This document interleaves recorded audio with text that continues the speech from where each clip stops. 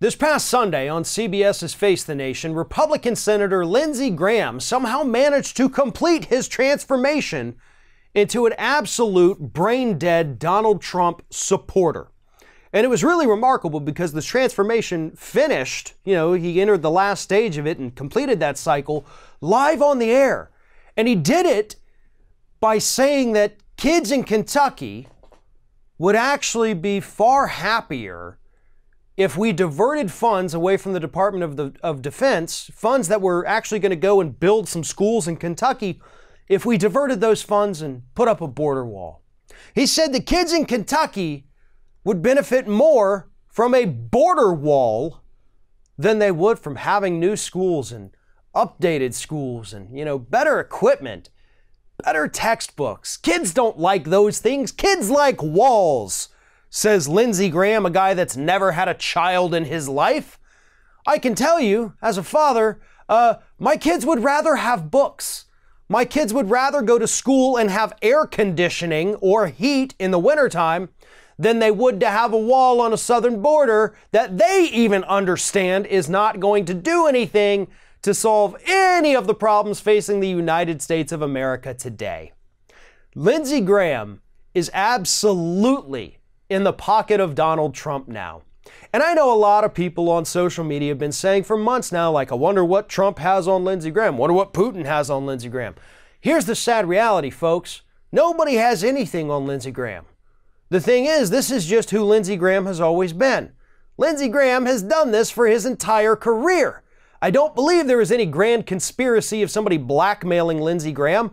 I believe that he is just a piece of crap of a human being. And that's why we're seeing this happen today. Yeah, he was all big and tough against Donald Trump when his best buddy John McCain was still alive.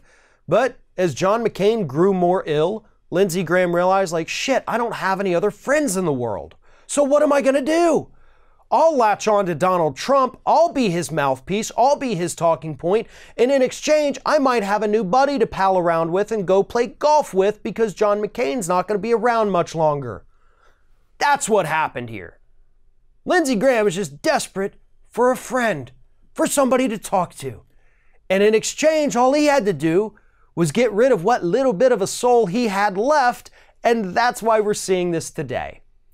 But honest to God, I don't think there's any kids in this country, I don't believe there's any teachers in this country that would say, sure, go ahead and take the funds away from our education to go build a wall. You would be hard-pressed to find a single student or teacher willing to give up funds to fix their dilapidated buildings and their outdated textbooks in order to pay for this stupid wall.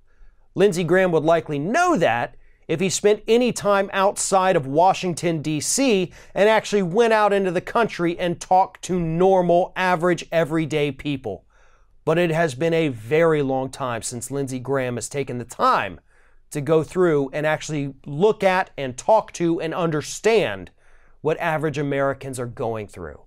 But if he did it, he would understand that nobody, no matter the cost, wants that stupid wall between the U.S. and Mexico.